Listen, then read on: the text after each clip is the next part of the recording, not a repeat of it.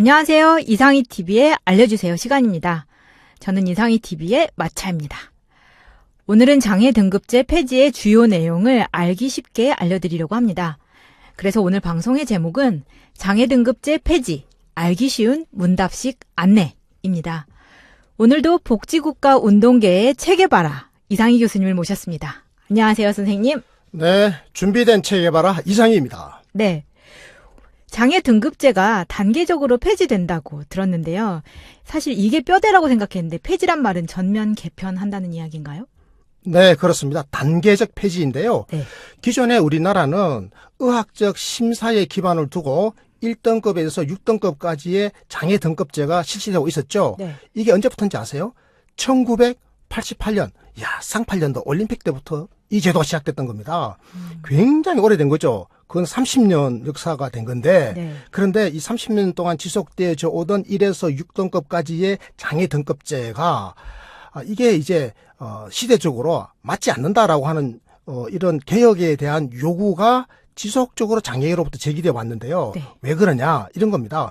장애 등급제라고 하는 것은 장애인들에게 실질적으로 도움을 주기 위한 거잖아요. 네. 그런데 등급이 딱 매겨져 있으니까 1등급, 2등급에게 가는 혜택과 3등급, 4등급, 5등급에게 각각 등급마다 혜택이 다 달리 정해져 있다 보니까 이미 이게 정해져 있는 거예요. 네. 그러다 보니까 어떤 혜택을 받고 싶은데 그 혜택은 당신 등급은 해당되지 않습니다라고 해가지고 실제로 받아야 될 사람이 못 받는 문제가 생기거든요. 그러다 보니까 이 장애 등급제를 폐지하고 장애인들이 실제로 필요로 하는 서비스가 인정된다면 그 서비스를 등급과 무관하게 전달하도록 하자라는 방식, 이런 방식을 고민하게 됐던 겁니다. 그래서 문재인 정부에서는 장애 등급제의 단계적 폐지, 이것을 국정과제로 채택했던 겁니다. 한꺼번에 다 폐지하기에는 너무나 부담스럽기 때문에 네. 단계적으로 하겠다. 그래서 2019년 7월 1일부터 일명 수요자 중심의 장애인 지원 체계, 이것을 구축하기로 결정을 했던 겁니다. 그러면 이 장애 등급제 폐지의 핵심이 수요자 중심의 장애 지원 체계 구축이라는 말씀이신데요. 그렇죠. 그렇다면 기존에는 공급자 중심의 등급제였다라고 유추해 볼 수 있을 것 같은데. 마차 영민합니다. 그렇습니다. 그러니까 이 수요자 중심의 장애인 지원 체계 구축이라고 하는 게 뭔지 네. 우리 이제 국민 여러분들이 이거 궁금해 하시지 않겠습니까? 네. 왜 갑자기 수요자 중심이란 말이 나오느냐? 마차 말처럼 그동안에는 공급자 중심성이 강했거든요. 그러니까 기존의 장애 등급제는 다분히 서비스를 제공하는 공급자, 그러니까 정부죠. 정부가 등급별로 딱 정해진 것만 그냥 딱 전달해 주면 되는 것이지, 네. 그것이 충분한지 아니면 과잉인지 여기에 대해 가지고는 별로 신경을 안 썼거든요. 그러니까 수요자 입장에서는 남아도는 서비스가 오면 낭비가 되는 거고, 네. 뭐 그런 건 별로 없었지만 이렇게 부족하게 서비스가 전달되면 늘 부족하다고 아쉬워했지 않습니까? 네. 이건 수요자 입장이 반영된 거라고 볼 수가 없지 않습니까? 그래서 이제는 장애인 개개인의 욕구, 그리고 그 장애인의 생활 환경을 보다 세밀하게 고려해서 평가해서 장애인 맞춤형의 서비스를 지원하겠다. 장애인 맞춤형 서비스의 지원, 이런 뜻인데요. 그러니까 다시 요약하자면 이렇습니다. 수요자 중심의 장애인 지원 체계라고 하는 것은 네. 세 개의 중요 축으로 구성됩니다. 네. 첫 번째 축은 장애 등급제의 점진적인 폐지, 단계적 폐지고요. 네. 두 번째 축은 장애인 서비스 지원 종합조사를 도입하는 겁니다. 장애인 서비스를 지원하기 위해서는 장애인에 대한 종합조사가 필요하잖아요. 네. 이 종합조사 제도를 도입하겠다. 그다음에 세 번째는 장애인 서비스의 전달 체계를 획기적으로 강화하겠다. 이 세 축을 중심으로 해서 수요자 중심의 장애인 지원 체계가 완성된다, 이렇게 보면 되겠습니다. 네, 그러면 새롭게 바뀌는 수요자 중심의 장애인 지원 체계가 세 개의 축으로 구성된다고 방금 말씀하셨는데, 네. 그러면 하나씩 살펴보도록 하겠습니다. 네. 첫 번째가 장애 등급제 단계적 폐지인데요. 이게 더 좋아진다는 이야기겠죠? 네, 단계적으로 이제 폐지한다는 데 대해서 장애계에서는 왜 단계적이냐, 좀 빨리 하자, 이제 이런 요구가 있긴 있는데, 어쨌건 정부 입장에서는 폐지하는 겁니다. 그런데 단계적으로 폐지하겠다라고 하는 건데요. 그 방침에 따르면 이렇습니다. 장애인 여부에 대한 객관적인 인정, 지금 장애인인지 아닌지 객관적인 인정받는 방법은 뭐죠? 주민증 한번 보자라고 하듯이 복지카드 한 부분 봅시다. 그러니까 장애인 등록증 봅시다라고 하는 거거든요. 네. 장애인 등록증에 보면 1급에서 6급까지 등급이 표시가 되어 있습니다. 그러니까 기존의 장애인 등록은 그대로 유지가 되는 겁니다. 이걸 갑자기 다 없애버리면 굉장히 혼란이 오지 않겠습니까? 그래서 종전에 1등급에서 6등급까지의 장애 등급 있죠. 네. 이 등급 자체는 이제 개념적으로는 없어지는 거지만 이제 어쨌건 등급 자체가 아예 없어지는 건 아닙니다. 그러니까 종전에 1, 2, 3등급 있죠. 이 장애인은 장애의 정도가 심한 장애인 이렇게 우리가 이제 부르기로 결정을 한 겁니다. 그러니까 중증 장애인이 되는 거죠. 그리고 4, 5, 6등급은 장애가 심하지 않은 장애인. 그러니까 경증 장애인으로 인정이 되는 겁니다. 네. 그렇기 때문에 기존에 1급에서 6급까지 등급 받으신 분이 장애인 심사를 또 다시 받으러 병원에 간다라거나 장애인 등록증 그러니까 복지 카드를 다시 또 주민센터에 가서 발급받는다라거나 이런 일은 할 필요가 없는 겁니다. 많은 분들이 오해를 하시는 게 네. 장애인 등급제가 폐지되면 기존의 거는 무효가 되니까 다시 또 까닭스럽게 심사받아야 되는 거 아닌가 이런 오해를 하시는데 그 오해는 이제 하실 필요가 없는 거죠. 사실 이 부분에 대한 질문이 굉장히 많이 있습니다. 그러니까 종전에 가지고 있던 장애인 등록증을 계속 사용할 수 없는 건가요? 사용할 수 있다 이거죠. 만약에 이제 장애인 등록증 그러니까 이 복지 카드를 분실하는 경우가 생기죠. 잃어버렸어요. 그럼 다시 발급받으러 가야 될 거 아닙니까? 네. 이제 그럴 때 이후에는 등급을 직접 매기기보다는 장애가 중증이다, 경증이다 이렇게 체크하는 그럴 가능성은 앞으로는 열려 있습니다. 네. 자, 하지만 중요한 것은 장애 등급 제도가 폐지되더라도 그 장애의 정도에 따라서 경증 장애 중증 장애 이렇게 이제 구분을 하는 거죠. 그러니까 기존에 1, 2, 3등급 이런 분들 있죠. 주로 장애가 심한 분들이 받아오던 우대 혜택 있지 않습니까? 혜택. 네. 각종 혜택은 그대로 유지가 된다고 하는 말씀을 다시 한번 드립니다. 그러니까 기존의 혜택을 빼는다라든지 이런 일은 존재하지가 않는다.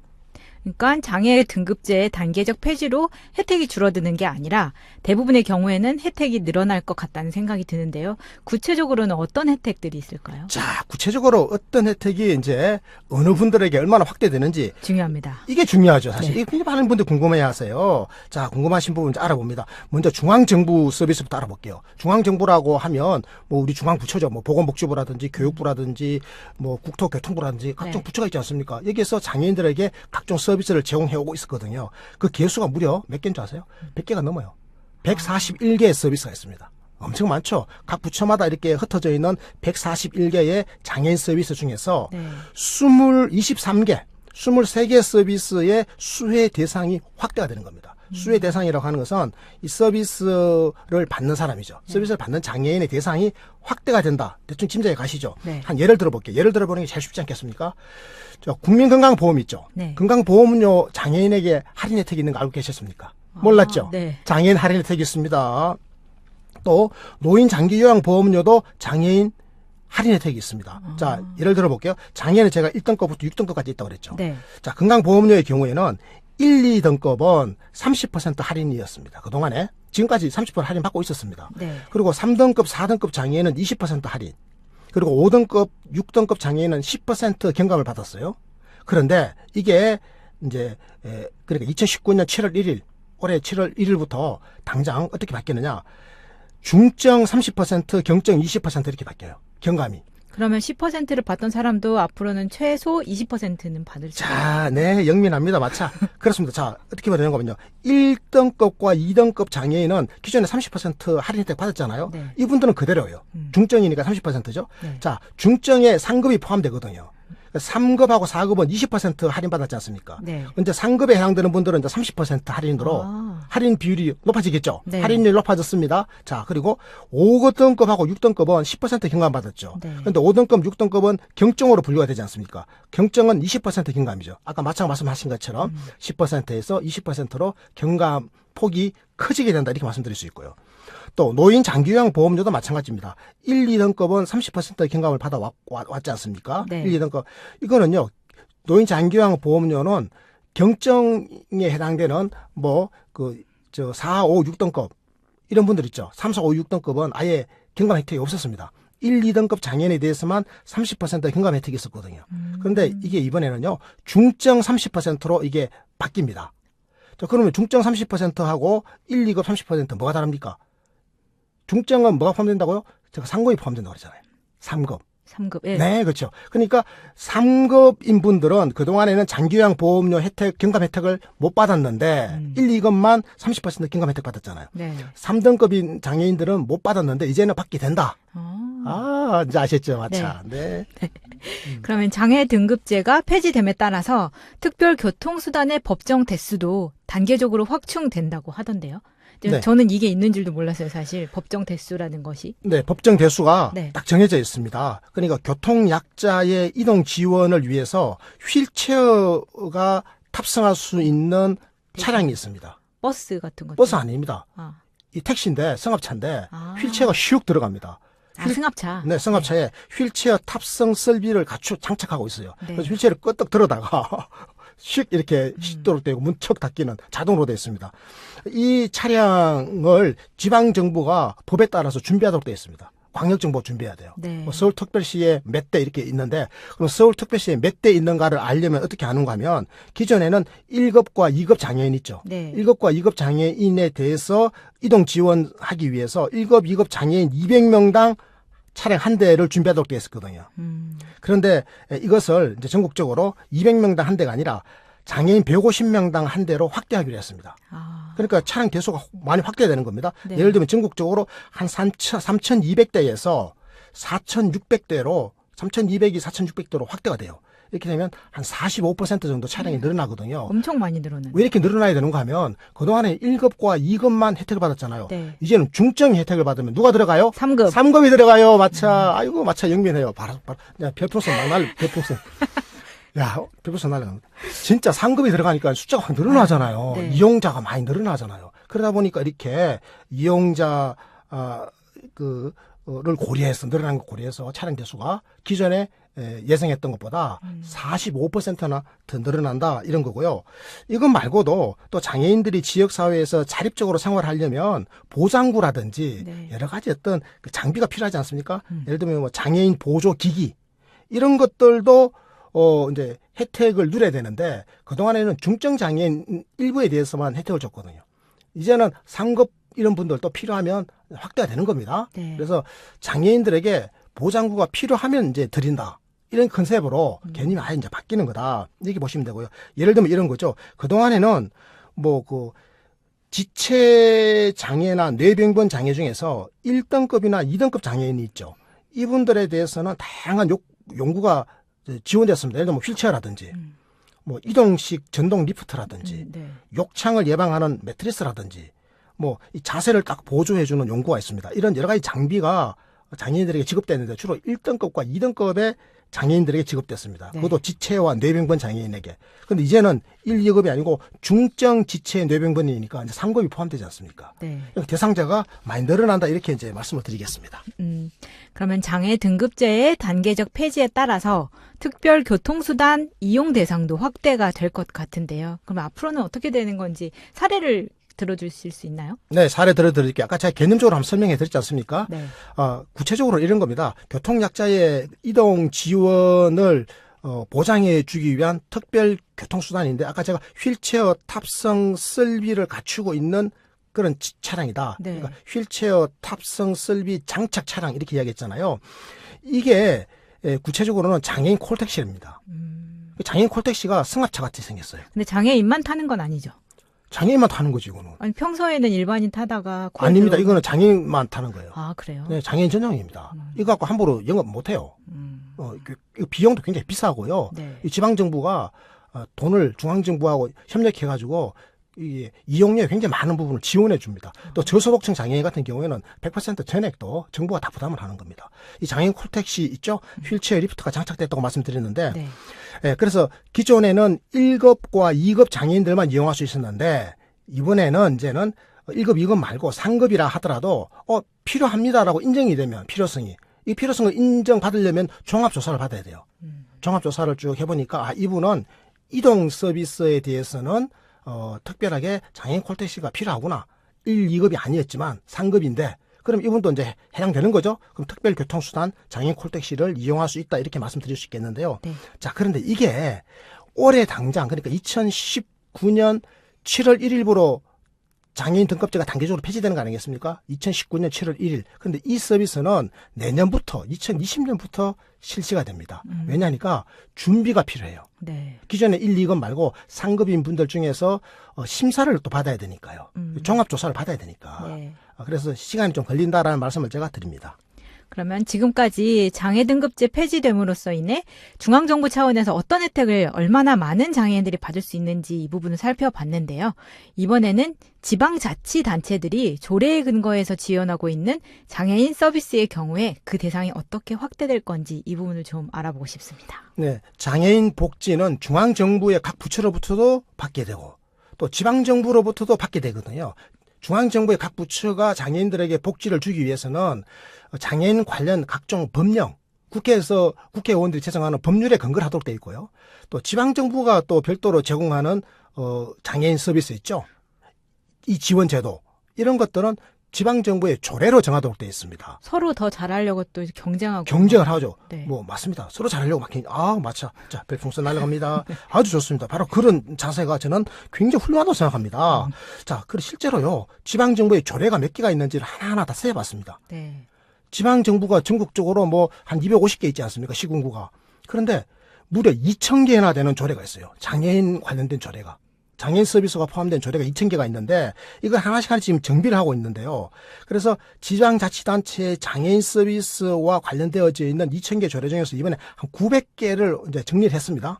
900개를 정리를 해보니까 그 속에 한 200개 정도의 장애인 지원 사업이 이번에 정부의 이 조치에 발맞춰서 확대가 됩니다. 그러니까 중앙정부 서비스만 확대되는 게 아니고 지방정부의 조례에 따른 서비스도 확대되더라. 2,000개 지금 조례 중에서 900개를 검토해 보니까 그중에 200개에서 장애인 서비스가 확대된다. 이것도 예를 들어보면 좋겠죠. 예를 한번 들어볼게요. 강원도 가면 평창군이 있습니다. 네. 평창군에서는요, 1등급과 2등급 장애인들에게 그 쓰레기 종량제 봉투 있죠. 네. 이걸 공짜로 드립니다, 그냥. 근데 이게 이번에 1, 2등급이라는 급수가 이제 없어지지 않습니까? 그냥 중증과 경증은 아니죠. 그러면 또 누가 포함됩니까? 중증, 상급이 또 포함되겠죠. 이렇게 되면 수혜 대상이 확대되는 거죠. 그래서 이제 종량제 봉투 제공받는 수혜 대상이 확대된다 이렇게 말씀드릴 수 있고요. 또 한번 예를 들어볼까요? 그 의정부시 있죠. 의정부시에는 요새 유료 방송 있죠. 각종 유료 방송, 이게 케이블 같은 거죠. 이거 이용할 때 요금을 지원하는데 여기서는 1급 장애인에 대해서만 지원해주고 있었습니다. 근데 이제는 급수 못 쓰잖아요. 네. 중증, 경증으로 나뉘니까 1급은 이제 중증으로 바뀌어야 됩니다. 그러면 누가 이제 혜택에 봄에 들어옵니까? 2급, 3급. 2급과 3급이 대량 들어오는 겁니다. 이렇게 해서 각종 그 지방정부가 주는 서비스도 이제는 그 대상이 확대된다 이렇게 말씀드릴 수 있겠습니다. 네. 그러면 수요자 중심의 장애인 지원 체계가 3개의 축으로 구성된다고 하셨는데 첫 번째는 장애 등급제의 단계적 폐지였고 두 번째 축은 무엇인가요? 자, 두 번째 축을 설명을 이제 해드리겠습니다. 자, 그러니까 장애인의 욕구 그리고 장애인이 살고 있는 재반 환경을 충분하게 고려해서 그게 적합한 서비스를 지원하는 것, 이게 바로 장애인 서비스 지원 종합조사의 목적인데요. 이 종합조사를 해서 조사의 결과에 따라서 그게 적합한 서비스를 전달하겠다 이거 아니겠습니까? 자, 바로 이겁니다. 종합조사인데요. 종합조사라고 하는 것은 장애인 서비스 지원의 수준을 결정하기 위한 조사입니다. 장애인 지원 얼마만큼 할 건지, 뭘 할 건지 이것을 결정하기 위한 조사, 바로 종합조사입니다. 그렇게 되면 이제 이 종합조사를 하게 되면 이 내용은 이런 겁니다. 서비스를 받게 되는 장애인 있죠. 네. 이분의 일상생활의 수행 능력, 이분이 혼자서 일상적인 생활을 얼마나 할 수 있는지를 이제 평가를 합니다. 그리고 이분의 인지 능력 있죠. 그 다음에 행동의 특성 이런 것도 또 반영을 합니다. 그리고 사회 활동을 얼마나 하고 계신지, 그리고 이 생활 환경 있죠. 그분의 삶의 환경 이런 것들을 종합적으로 평가해가지고 이제 필요도를 쭉 평가합니다. 네. 그래서 이분은 이 정도의 필요가 있는 분이구나. 이 필요를 평가하기 위한 것. 이 필요 평가하는 이유는 바로 이분에게 적합한 서비스를 전달하기 위한 수요자 맞춤형의 서비스 전달 체계를 확립하기 위한 조사다. 그래서 두 번째 축의 핵심은 바로 종합조사다 이렇게 말씀드릴 수가 있겠는데요. 이 종합조사는 이제 2019년 7월 1일부터 이제 적용이 되는 겁니다. 2019년 7월 1일 그러니까 올해 7월 1일부터 적용이 되는데 당장 아까 제가 말씀드렸던 활동 지원 서비스 있죠. 네. 이게 적용이 되고 또 장애인들에게 보조기기, 네. 장애인 보장구 있죠. 보조기기 이것도 이제 적용이 되고 또 장애인 거주시설에 대한 지원을 하기 위해서 이것도 당장 적용이 되고요. 또 응급과 안전 서비스 이 4개 서비스 분야에 우선적으로는 지금 당장 적용이 되도록 했고요. 그리고 아까 말씀드린 것처럼 그 특별 교통수단 있죠. 장애인 콜택시 그러니까 장애인 이동 지원 분야의 이 서비스는 안타깝게도 올해가 아니고 내년 2020년부터 이게 적용이 된다. 그리고 또 소득과 고용을 지원해주는 분야가 있습니다. 장애인들에게 필요한 게 돈 아니겠습니까? 일자리도 필요하고 소득이 필요한데 일을 못하면 어떤 방법으로 소득이 필요합니까? 장애인 연금이죠. 그런데 이 장애인 연금은 지금 이제 1급과 2급 장애인 그리고 3급 장애인 중에서는 중복 장애인 일부만 지금 혜택을 받고 있지 않습니까? 네. 지난 시간에 저희들이 장애인 연금 편을 상세히 한번 다뤘으니까 우리 오늘 그 시청자 여러분들 궁금하신 분들은 이상희 TV의 그 장애인 연금 편을 좀 시청해 주시기를 부탁드리겠습니다. 근데 그 장애인 연금 대상자가 그러니까 1급, 2급, 3급 장애인 중에서는 이 중복 장애인들만 혜택을 보는데 이번에 이제는 1, 2, 3급을 합쳐서 중증이라고 했지 않습니까? 네. 이렇게 되면 이제 수혜 대상자가 좀 늘어나겠죠. 혜택을 보는 대상이 늘어나는데 이건 안타깝게도 2022년 문재인 정부 마지막 해 이때부터 지금 적용되도록 되어 있다는 말씀을 제가 드립니다. 좀 더 기다려야겠네요. 네. 방금 장애인 서비스 지원 종합조사의 결과가 2019년 7월 1일부터 활동 지원 서비스에도 적용이 된다고 하셨는데요. 네. 그러면 이 활동 지원 서비스의 지원 시간이 좀 늘어나는 거를 기대해봐도 될까요? 네, 기대해봐도 됩니다. 늘어납니다, 확실하게. 얼마큼 늘어나는가 하면요, 현재 전체적으로 모든 장애 종류에서 지원되는 시간의 평균을 내니까, 네. 1인당 평균, 얼마가 되느냐? 120시간입니다. 120시간. 이게 한 달입니다. 한 달 평균 지원 시간. 장애인 활동 지원 전문가가 와가지고 이제 생활을 하는데 활동을 도와주는 게 장애인 활동 지원 서비스잖아요. 네. 하루에 몇 시간 지원하느냐? 한 달 다 합치니까 몇 시간이냐? 이건데 한 달 합쳤을 때 120시간이 평균 1인당 지원됐는데 이제는 이게 7시간 늘어납니다. 그래서 한 달 평균 활동 지원 서비스의 그 평균 지원 시간이 127시간으로 7시간 확대된다는 건데요. 구체적으로 이렇습니다. 자폐성 장애아 같은 경우에는 기존에는 한 달에 95시간 지원됐는데 이게 107시간으로 확대가 되고요. 그리고 지적 장애인은 99시간에서 104시간으로 확대가 됩니다. 그리고 시각 장애인은 116시간에서 122시간으로 늘어나고요. 지체 장애인은 145시간에서 154시간으로 9시간 늘어나고요. 그리고 뇌병변 장애인은 167시간에서 175시간으로 8시간 좀 늘어납니다. 이런 식으로 해가지고 한 달 이용 시간이 늘어난다는 말씀을 제가 드렸습니다. 네, 그러면 최중증 장애인을 위한 활동 지원 시간도 당연히 늘어나겠죠? 네, 그렇습니다. 이번에 이게 장애인에 대해서 우리가 종합조사를 하지 않습니까? 네. 종합조사 제도를 이번에 처음으로 도입한 건데 이걸 도입한 취지가 뭔가 하면 이게 뭐 최중증 장애인 것을 좀 뺏으려고 하는 게 아니고 최중증 장애인을 더 두텁게 보호하겠다라고 하는 문재인 정부의 의지가 이게 녹아 들어가 있는 거거든요. 네. 당연히 최중증 장애인들에 대한 활동 지원 시간도 늘어나게 되는 겁니다. 또 하나 더 있습니다. 그동안에 상대적으로 활동 지원 시간이 좀 부족했던 적었던 장애 유형이 있을 겁니다. 그 유형에 대해서도 정확하게 평가해가지고 이제는 이게 적절한 지원 시간을 보장해 주게 되게 되면 장애 종류 간에 그동안에 불균형이 있었으면 이걸 이제 맞춰주는 거죠. 그래서 장애 유형 간의 형평성을 이제 높이는 것도 이번에 계획에 포함되어 있습니다. 예를 들면 이런 거죠. 최중증 장애인에게 제공되던 활동 지원 월 최대 시간, 그러니까 한 달에 몇 시간이냐?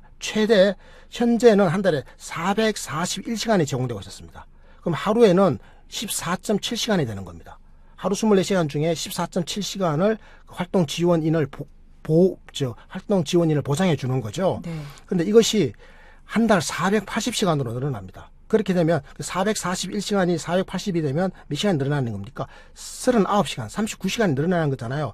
이걸 하루로 따져보니까 16시간이 되는 겁니다. 하루 14.7시간에서 하루 16시간으로 이렇게 활동 지원 시간이 늘어난다 이렇게 말씀드릴 수 있겠습니다. 네, 뭐 이동 지원 서비스 같은 경우에는 뭐 조금 기다려야 하는 상황도 있었는데 지금 장애인 활동 지원 시간 같은 경우에는 바로 적용이 가능한 건가요? 네, 그렇습니다. 제가 정부의 발표 사례 중에서 아주 네. 재미난 걸 하나 가져왔는데요. 네. 소개해 드릴게요. 이거 뭐 보시면 쉽게 이해를 하실 겁니다.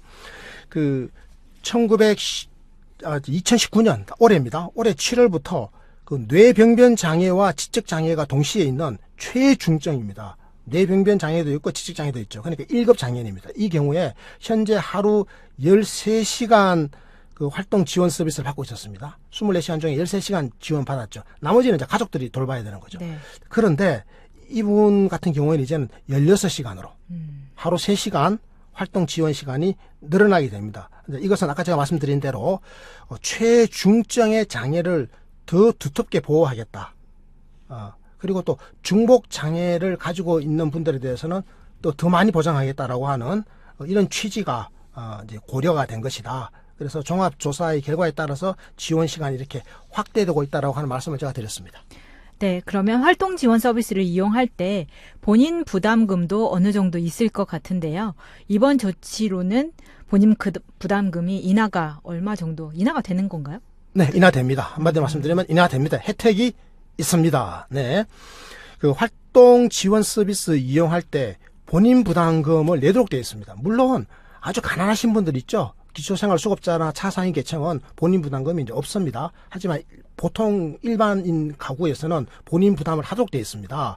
그런데 이게 그 최대 50%까지 경감돼요.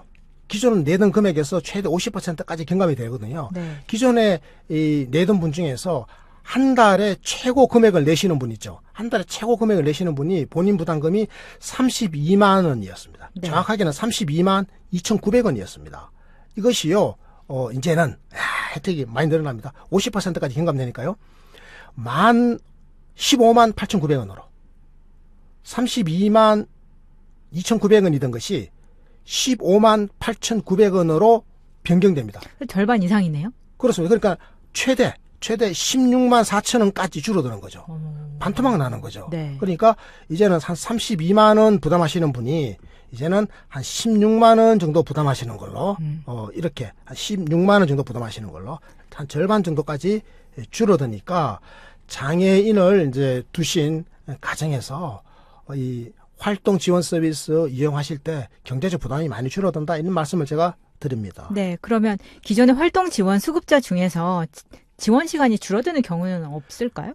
이제 종합조사를 하다 보면 네. 이분에게는 필요보다 조금 더 많이 활동 지원이 이루어졌구나 이런 경우도 있을 수 있죠. 네. 그런 경우에는 가만둬야 됩니까? 줄이는 됩니까? 줄이는 게 정의의 원칙에 부합하는 거죠. 네. 그런데 주던 걸 갑자기 뺐으면 좋아합니까? 안 되죠. 안 좋죠. 안 되죠. 그래서 이게 수급자가 다음 갱신 조사할 때까지 보통 한 2, 3년 시간이 걸리거든요. 네. 한 2, 3년 정도의 시간 동안은 그 지원 시간이 감소하는 경우가 발생하지 않도록 그러니까 경과 조치를 둬가지고 기존에 지원하던 것을 뺏는 일이 없도록 하겠다. 네. 이것을 확실하게 정부가 이번에 이야기를 했습니다. 네. 그러면 수요자 중심의 장애인 지원 체계는 세 개 축이라고 이제 하셨는데 이제 네. 마지막 하나가 남았습니다. 네, 그렇습니다. 그게 바로 전달 체계의 강화였죠. 기억나시죠? 전달 체계. 장애인에게 장애 서비스를, 지원 서비스를 전달하는데 이 전달을 잘해야 됩니다. 전달하는 과정에 잃어버리면 안 되지 않습니까? 네. 잘 전달해야 됩니다. 돈봉투 전달하라 그랬더니 중간에 흘려버리고 가면 안 되지 않습니까? 네. 이 신부름을 잘하는 거. 이게 바로 공급 체계, 전달 체계인데요. 서비스 전달 체계를 강화하겠다. 그러니까 이런 거죠.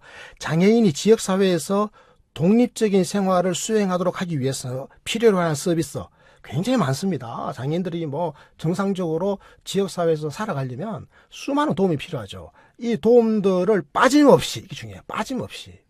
그리고 또 편리하게 최대한 이용할 수 있도록 공급해 드려야 되겠다.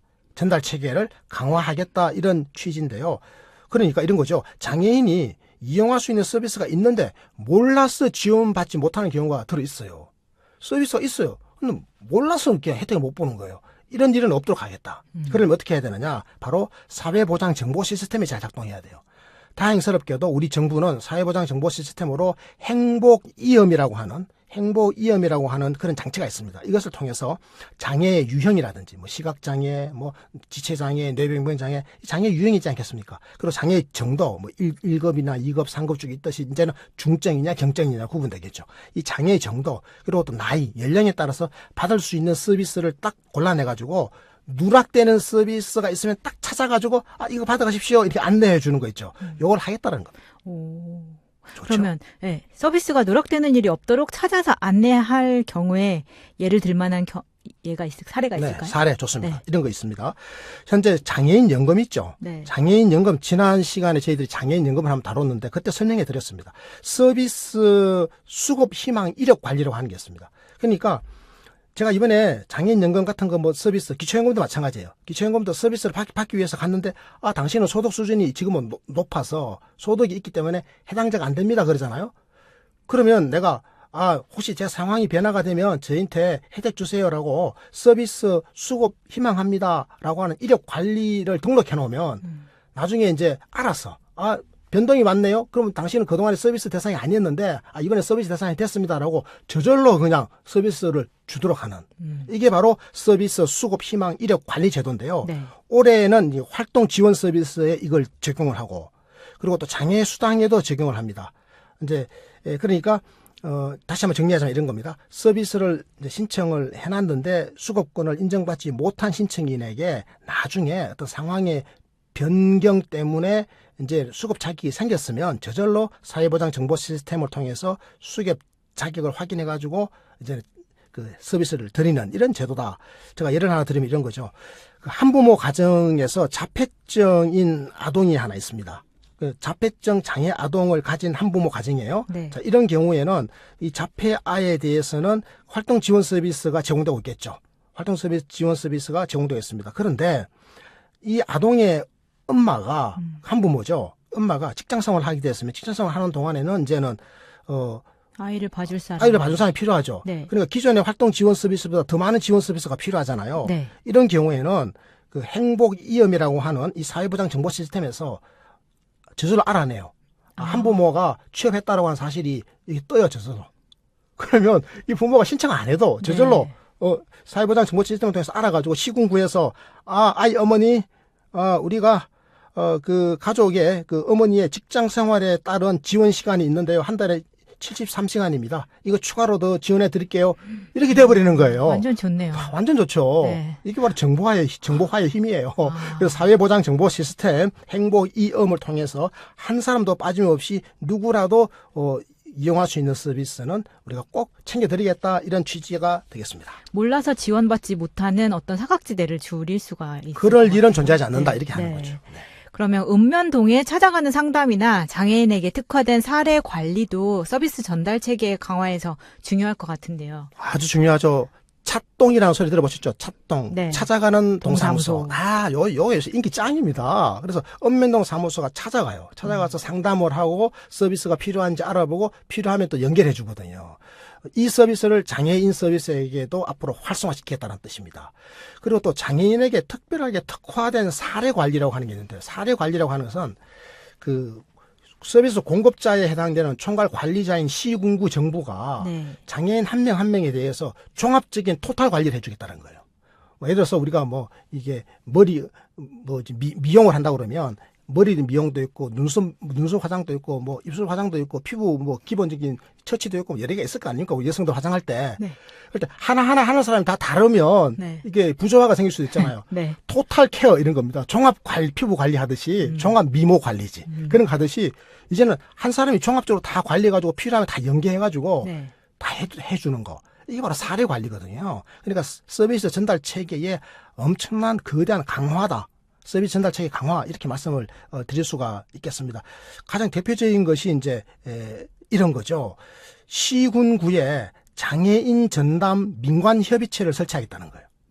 장애인을 전담하는 그 시군구에 장애인이 얼마나 많습니까? 그 장애인 전체를 전담하는 민과 관이 함께하는 협의체를 설치하는 겁니다. 네. 여기에서 장애인에게 그 개인 한 명 한 명에게 특화된 사례 관리 서비스를 강화하겠다라고 하는 것이 이번 계획에 포함되어 있다고 하는 거예요. 정말 중요한 건데요.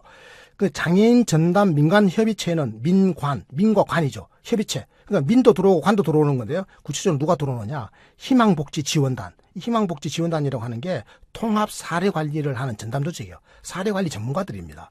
이 희망복지지원단하고 그다음에 시군구에 장애인 부서가 있겠죠. 장애인과 이런데. 그다음 각 시군구에 장애인 복지관들이 있습니다. 장애인 복지관. 그리고 또 지역사회 복지협의체라고 있습니다. 이게 반관 반민의 협의체인데요. 이런 공과 민간의 장애인 관련 전문기관들이 모두 참여한다는 원칙 하에서 지방자치단체가 자율적으로 설치하는 것. 이게 바로 장애인 전담 민관협의체예요. 이 민관협력에 기반을 둔 이 협의체에 근거해가지고 앞으로 장애인 사례 관리를 획기적으로 강화하겠다. 자, 이렇게 하려면 전문 인력도 더 많이 확충해야 되겠죠. 네. 앞으로 장애인 전문가들이 아마 일자리가 많이 생길 것 같습니다. 고용 창출도 고용 창출 되겠네요. 좋습니다. 네, 그럼 이것 그 장애인 사례 관리 강화가 장애인 서비스 전달 체계에 매우 중요할 것 같은데 이 구체적인 사례도 하나 들어주세요. 자, 그러니까요. 사례 관리라고 하는 게 뭔지를 제가 이제 설명해 드리기 위해서 제가 이걸 가져왔는데요. 사례 관리가 이 정도로 중요한 겁니다. 자, 이제 예를 들어볼게요. 최근에 시각 장애인이 되신 분이 있어요. 네. 마차도 그렇고 저도 그렇고 정말 운이 없으면 어느 날 갑자기 앞이 안 보이는 수가 생깁니다. 사실 이런 경우가 제가 의사니까 잘 알거든요. 뭐 황반 변성이라든지 뭐 이거 젊었을 때는 앞을 봤는데 어느 날 갑자기 이제 앞이 안 보이기 시작하고 갑자기? 그 현대 물론 뭐 천천히 진행된 경우가 많아요. 현대의학으로는 어떻게 할 수가 없습니다. 네. 이렇게 해서 이제는 소위 말해서 이제 시각 장애인이 돼버렸지 않습니까? 뭐 얼마나 답답하겠습니까? 자, 이분에게 사례 관리가 필요해요. 민관, 장애인 전담 민관 협의체에서 사례 관리 전문가가 이분을 도와드리는 건데요. 자, 그럼 이렇게 되는 거죠. 시각 장애인으로 일단 등록되지 않습니까? 그러면 그 이분이 자, 어디에서 어떤 서비스를 받을 수 있는지, 시각 장애인이 어디서 어떤 서비스를 받을 수 있는지 처음에는 모르겠죠. 모릅니다. 당황하죠. 그런데 이런 경우에는 이제 앞으로는 당황하실 필요가 없습니다. 주민센터, 그러니까 이 주민센터라고 하는 것은 이제 시군구 속에 있지 않습니까? 동마다 있으니까요. 이 주민센터의 맞춤형 복지 공무원 그리고 또 장애인 복지관의 사례관리사가 공무원과 사례관리사니까 이게 동행하는 겁니다. 민과 관이 동행해가지고 이 시각장애인을 방문 상담합니다. 방문 상담에서 무슨 서비스가 필요한지. 그래서 건강보험의 보장구가 있거든요. 뭐 저시력인 사람에게 확대해서 볼 수 있도록 하는 저시력 확대기 같은 거. 저시력 확대기 이런 건강보험의 보장구라든지 또 장애인 복지관에 이게 시각 장애인들이 이제 걸을 수 있는 거 보행하는 거 있죠. 보행 훈련 프로그램이 있습니다. 이 보행 훈련 연습을 해야 걸을 수 있잖아요. 그런데 왜 시각 장애인을 그 인중에서 오래 되신 분 있죠. 네. 그런 분은 왜 잘 걷거든요. 앞이 안 보이시는데 어떻게 잘 걷지 싶으잖아요. 네. 그런 경우는 사실은 그분은 보행 훈련 프로그램을 이렇게 거친 분들이에요.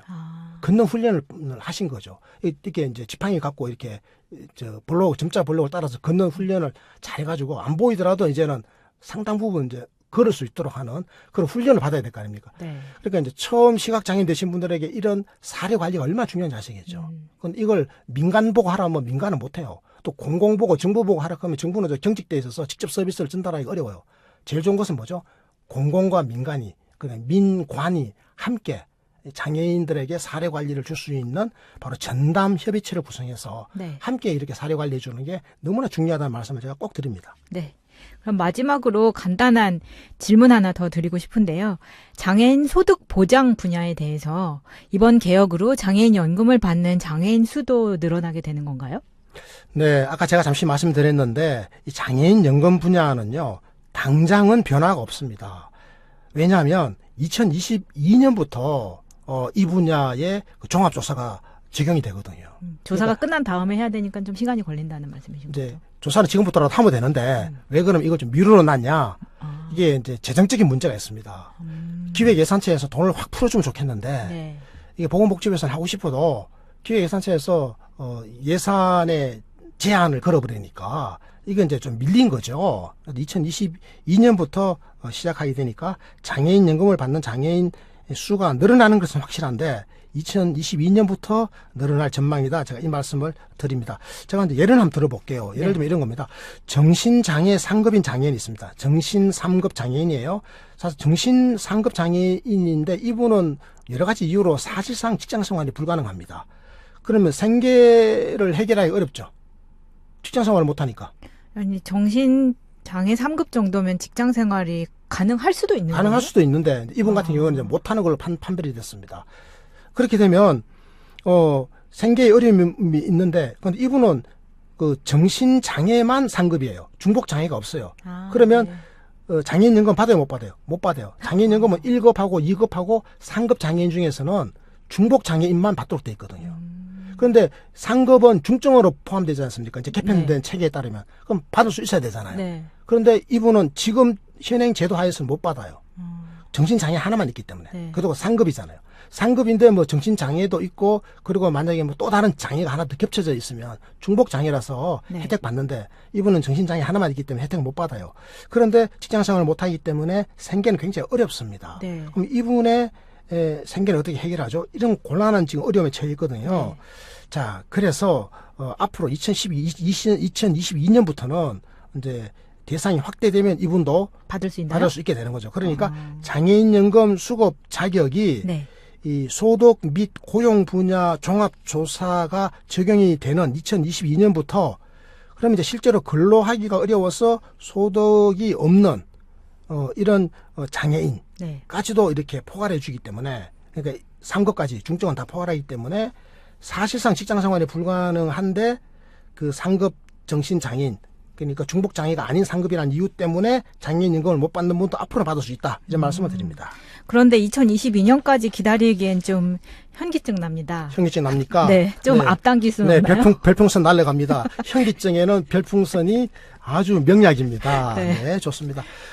지금 막 기다리기가 너무 네. 힘들다고 지금 장애인 단체들이 지금 시위를 하고 있습니다. 막 데모하고 있어요. 하루하루가 힘드신 분들이 하루하루가 힘드신 분이 네. 있는데 제도가 왜 이렇게 좀 뒤처지느냐 이런 안타까움이 있습니다. 그래서 지금 장애계에서는 이번 이 장애 등급제의 단계적 폐지에 불만이 있어요. 그래서 단계적 폐지가 아니라 완전한 폐지를 해달라 이런 요구를 지금 하고 있습니다. 너무 단계적이다. 시간이 오래 걸리도록 진행하는 데 대한 문제 제기가 있는 거죠. 그렇습니다. 네.